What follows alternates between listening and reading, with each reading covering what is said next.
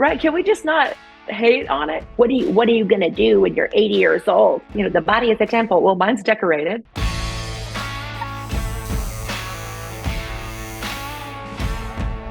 Hey friends, it's your girl Emily Curl coming to you from our studio here in New York City, and we are zooming in with country music superstar and Grammy Award winning Ashley McBryde is here. Ashley, can I first start by saying, now anytime anyone introduces you, it's gonna have Grammy Award winning. That's gotta feel good. Is that exciting for you every time? It is. And the first time it happened was the other night we were at the Opry House, and I was part of the Leslie Jordan tribute. And I was introduced as a Grammy winning Opry member. And I was able to go out there and do my job, sing my song. And then as I'm coming off the stage, Jelly Roll grabbed me and he was like, "Come here." He was getting ready to go sing. He's like, "Come here. Did you hear the way they introduced you?" I said, "Yeah." And he said, "Will you just stand here and feel that?"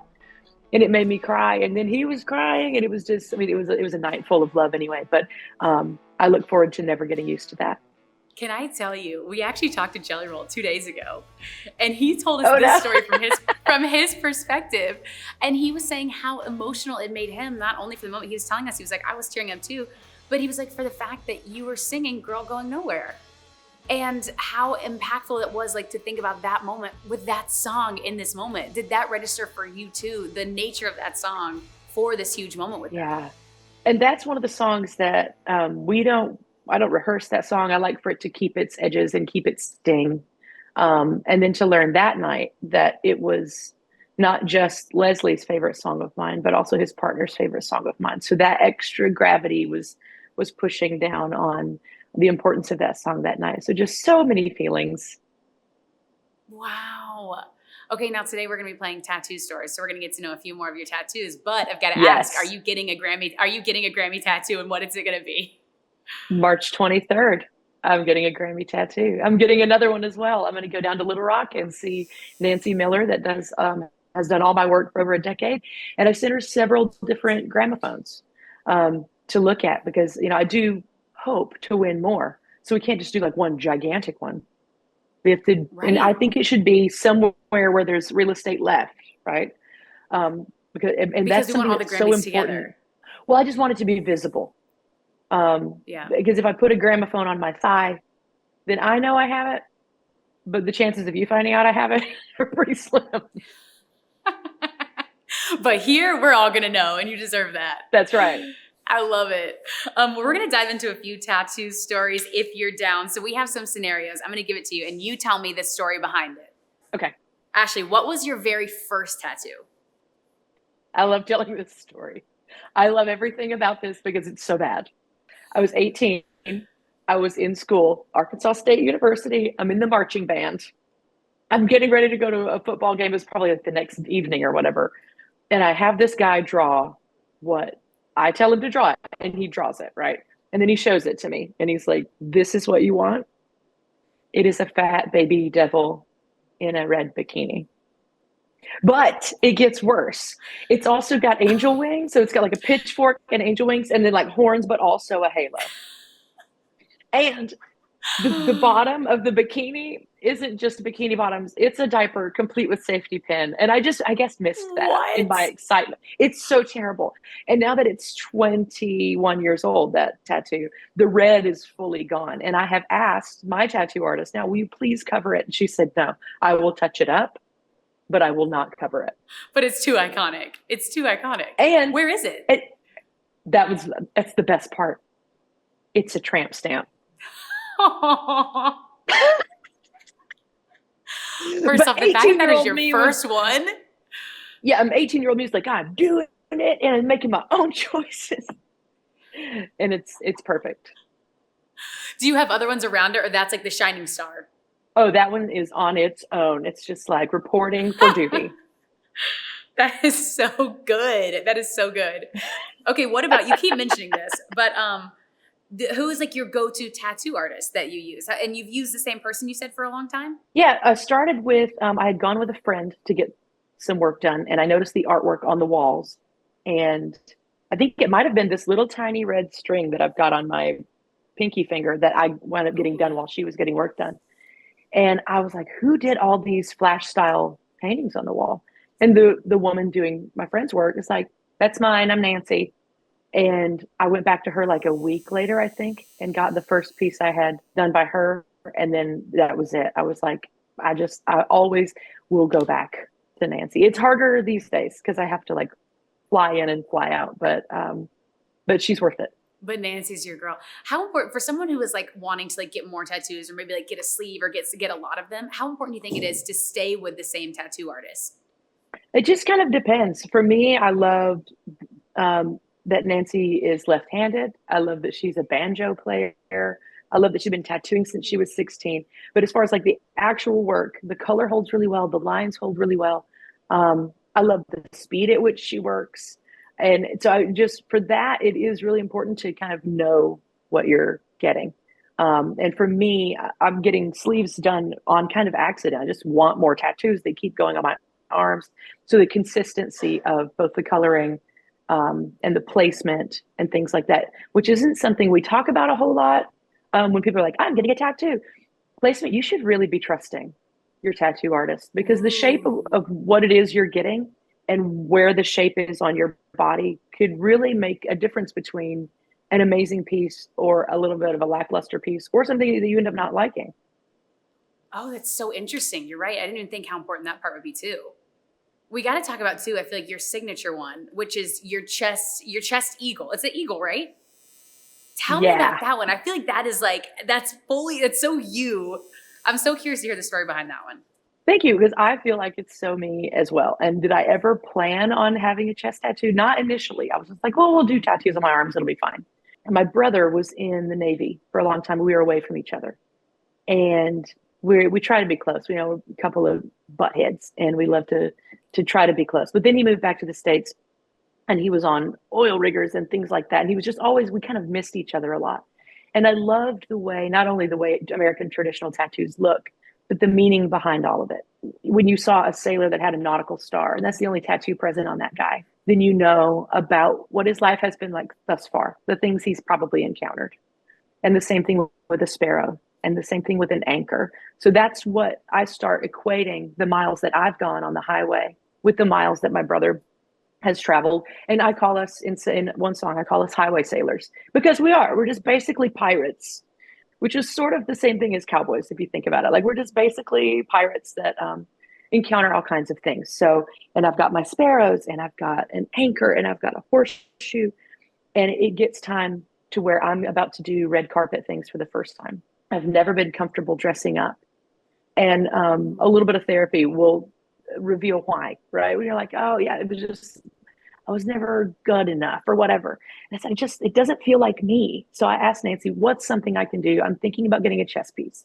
What's something I could do that if I were a sailor, what have I earned? Have I earned a ship? Have I earned anything like that? And she said, if you were to walk into a bar full of sailors and anyone has a ship on their chest or an eagle across their chest, they've seen most of the things that you're not going to surprise this person with anything. You know better than to mess with them. And I said, okay, so of these things, what have I earned? I've been playing in bars since I was 19. I've done all this on my own up until here that we're talking about. And she said, I think it's an eagle. So I asked her to block off an entire day. I brought the whole band, and all necessary parts were covered in black tape. But I just laid back and let them watch her start this tattoo as kind of like we all got tattooed that day. Just kind of as a togetherness thing about how in this together we are, where the captain of the ship will watch you, let you watch her be in pain and how committed we are to what it is we do. So, and then for the first time when this tattoo is done, I looked at myself and went, there she is. And I don't know how else to explain that except I recognized myself. Probably has a lot to do with where you are in your life and everything, but I love that piece. I love it. Well, I think sometimes you talk to artists and they have, an alter ego, or they have these rituals where they like get this extra oomph before they hit the stage. Like, do you feel like that was for you? Like when you got that, that's what that does for you? Yeah, absolutely. And it's not like, look at my chest, everyone. It's just that was a power piece. Yeah. And recognizing I've seen most of the things that I'll ever see. It's going to be hard to surprise me. and it's going to be hard to rattle me. And I love that now that that's visible on a place where it's really easy to Mm. be rattled, like a red carpet or a fancy event where people are just waiting to destroy you. And I love it when people comment, way too many tattoos for country music. And I'm like, you're right. Oh my God, I totally hear that in several songs. I do. But I mean, by the way, you look so badass on the red carpet. Your black dress that went up with your eagle, I loved it. I love that look. I thank you. And I don't know where other people are in their faith, but all of mine was placed in that garment. It was such a stressful piece to wear. And I absolutely loved it. I loved It it. And looked bomb though. It was so worth I it. felt I know you're good. fainting that. Right. And that like super Yeah. conservative Christian upbringing that I had was like, this is terrible. You know, I'm like, but no, this feels right. This was the right thing, especially for So the great. Grammys. You know what I love about you too, Ashley, is like I feel like this is our first time meeting, but of course, like I'm such a fan of your music, Mhm. is I just feel like you have such a strong sense of self. And I think you just represent a whole other side of country music that maybe we haven't seen in a really long time, where it's like the grit and the honesty and like the tattoos where it just feels new. I'm curious for you, do you feel that with yourself? And on the other end, like what is your hope for country music in this next world, especially for women? That is a compliment, and I'm happy to receive it, especially when anybody uses the word grit, because I think that's a word that I can identify with. Because sometimes the success you're having relies solely on that. It's not an obligation I would place onto myself. Like it doesn't feel like that, but I'm glad that it resonates. Um, I don't generally read the comments, but every once in a while, one will come across that says it's nice to see tattooed women that are so talented being showcased, which is nice. And Morgan Wade has many, many, many more tattoos than I do, and she's rocking it. You know, people are like, it's nice that not everybody's just a tall, skinny blonde. Like, can we not hate on tall, skinny blondes? Like, I'm short, squatty, all That's so butt, true nobody, too. right? Right? Can we just not hate on it? And I choose to have, the body is a temple. Well, mine's decorated, and if you think about it, the tattoos are permanent. I'm like, no, they're not. Like we're not. So they're not that permanent. Mm. And what are you gonna do when you're 80 years old and you're tattooed and wrinkly? Like I'm gonna be a Look really cool cool. 80-year-old. I'm Yeah, I also was gonna done say, look impressing really people cool. at 80 years old. I'm just gonna be cool. Fair. That's a good point. Is there a tattoo that you regret? Do you regret any of them? There are times when I regret the baby devil in a bikini tramp stamp. And here's why. When I was 18 and that was so cool and it was so funny, it's not funny now. And if you're, for some reason, that part of my body is visible and you're laughing, this isn't cool anymore. That's the only one that I even a Yeah. little bit Okay. regret. What about, which one is like your absolute favorite? You love it. It changes a lot. Well, I know that I stopped getting in trouble for tattoos when I got this. And I drove to my mother's house on Mother's Day. It was like midnight. And I was like, Mom, I got a tattoo. He helped me wash it off. And she was like, Oh, Ashley, I guess. And she's got me in the kitchen sink. And I'm like, Oh, yeah, because I've been washing tattoos since I was, a teenager. I'm like, Mom, please. She's Yeah. like, Oh. And so she's like, Honey. And so it's a teacup. My mother drinks a lot of tea. It's got a little pin cushion because she sews, and in the thread it says "Mom." And as she's washing it off, she's like, "Oh, I got a tattoo on your sleeve." So that got me out of trouble. So I do love that one. But I think my favorite that gives me the most comfort, and some people are like, "I don't like clowns," and I'm like, "Good, just don't worry about this guy." I do. My friend Randall Clay, who was a songwriter, he's got cuts on the first two records, passed away a couple of years ago. And before Mm. he was a songwriter, he was a circus clown. And when I first asked him about it, and I was like, "What's your clown name?" He was like, "Clowns don't have names. Birthday clowns have names." And I was like, "Oh, dude, I'm sorry." And I said, "So like what, like where were you a clown?" Like he's like, "With the circus." And I said, "Like with what circus?" And he goes, "The." And I was like, "Oh my God, you were with Barnum Bailey, like you were with the circus." That was a part of him that I really enjoyed. Um, and then when he passed, I thought, man, he would just be tickled to be part of the sleeve action. I love that. Okay, actually, let's do a couple more. What about, is there a tattoo that people don't see often, but that you really like? Yeah, there's my thighs we have started. Oh, both? Yeah. And at first I was Ooh. like, maybe we'll just do one thigh. No, we're doing both thighs. And the left thigh is a girl being thrown off of a horse. Like she's fully ass in the air, hand with her hat coming up over the horse. The horse is fully extended. And that's because I survived that really bad horse accident a year ago. And it Oh, I was a didn't know really long this. journey. Yeah, it was bad. It was, they had to do CPR and I was in the middle Oh of my nowhere in gosh. Missoula. And so after healing for a while, after healing for a year, I went to Nancy and had told her the whole story. So she drew me this woman being thrown off a horse. Oh, I did not know that. Ashley, are you okay now? Like, have you made a full recovery from that? Yeah, I broke some stuff in my pelvis, and I've been dealing with pretty bad vertigo for about a year and 8 months. But that is getting Ooh, that is better. rough. So I thought that event really deserved a tattoo, and it deserved to be in a big place. And thighs are thigh Yeah. sized. The resilience. I love it. Okay. What about which one's your most painful tattoo? Definitely my chest. We did 3.5 hours for the outlining, and then we had to wait 2 weeks, let it heal, and then come back and do another 3.5 hours for coloring and shading. And I think probably sternum was the most painful, but there wasn't anything that didn't hurt on my chest tattoo. It's not like we have them licked At on this by point, are you just unicorns, used to right? it? You're like, yeah. Yeah, and it's also it kind of marks. Usually, when I'm like, oh, I'm getting a tattoo, it's usually marking a time or a time period that is ending, or a chapter changing, or something. So you can kind of relate that pain to something important, not necessarily like a good pain, Oh. but a reverent and a worthwhile pain. And John Osborne just got his chest done, and he was like, "Man, I don't know how you did it." And I was like, "I don't know if I could do it again." It was the most painful.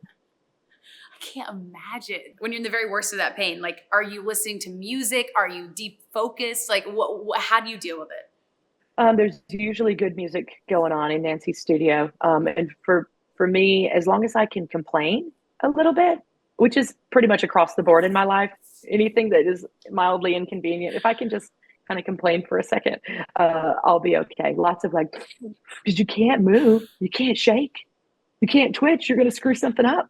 Weird, like wig yourself out or psych yourself up into being like, I don't have to move. I like, it's believing you're tough and be like, I don't have to move. It only hurts for a little while. So funny, but it's painful. Would you ever get like a neck or face tattoo? Have you ever thought about that? Or is there anywhere that you like I, will not get a tattoo? Let me ask it that way. my mother has asked, please don't do anything above the collarbone.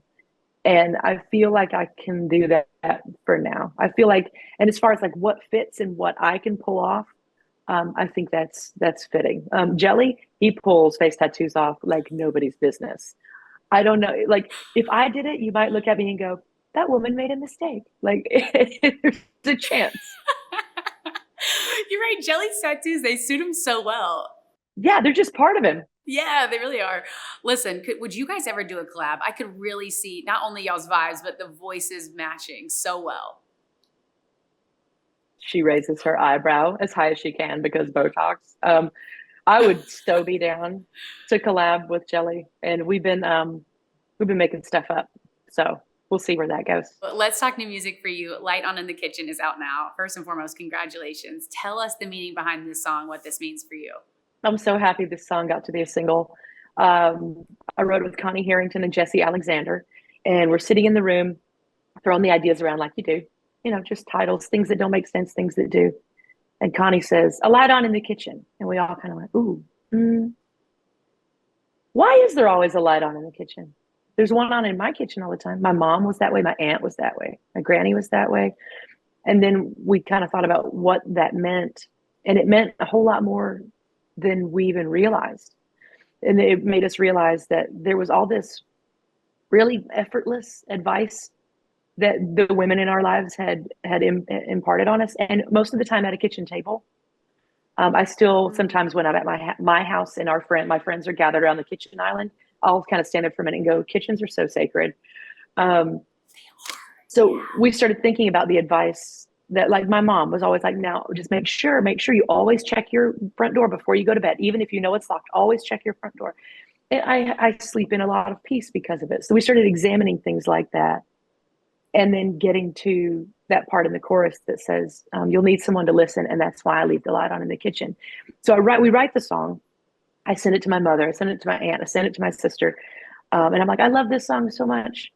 And since then, when I'm away from them, instead of just saying, I love you, or just saying, I'm thinking about you, or I know you're on stage, goodness, they'll say, the light's on. Or they'll say, we're going to bed. I'll leave a light on in the kitchen. It just feels like this. And that is so wonderful. Tissue. And so I didn't see that coming from this song, it giving birth to a new tradition and a new way to say I love you in my family. That's so beautiful, Ashley. And I really feel like now I'm about to send that to my family group chat and be like, listen to this. This is what Ashley's family does. This is what I want us to do now. Yeah, and ask them to go to their kitchen right now. Is there a light on in your kitchen? Of course there is. Of course it is. Oh, I love it. What a beautiful story. Such a beautiful song, Ashley. Congratulations. Thank you so much for your time. It's so great chatting with you. Before we let you go, what else can we expect from you this year? Do we have more music, shows? Give us the full rundown. Yeah, the first thing I want to do, like when we put out the Lindyville record, then I was like, I'm ready to put out the next record. So now we're starting that. So now that Light On in the Kitchen is out, I'm already ready to put out another song. And we have started introducing songs from the new record, one at a time, two at a time, into each live show. So we'll put two in tonight's show, and we'll change it over, two other ones in tomorrow's show. We like to see how the crowd reacts to each thing, so we know where they belong in the show. So the whole new show and is how designed special around, as an audience. Yeah, and the whole new show is designed around a raised level of unpredictability. The other night in Texas, I was like, hey, I want to cover the Blue Skies in Texas. They were like, when? I was like, right now. And they were like, okay. So I think that's what you can expect from us this year. And that's thanks to touring with Wynonna Judd, where unexpected things can happen and you need to be able to roll with it. And it showed me that I really thrive in those moments. So I'm hoping the boys will feel the same. I love that. We can't wait to see you on the road. Ashley, again, congratulations. Thank you for your time. So great chatting with you. And of course, for everyone watching, make sure you stream all of Ashley McBryde's music on iHeartCountry, including her new single, Light On in the Kitchen. Ashley, thank you again. No, it's no problem. The pleasure is all mine. Thanks for shining a light on some tattoos.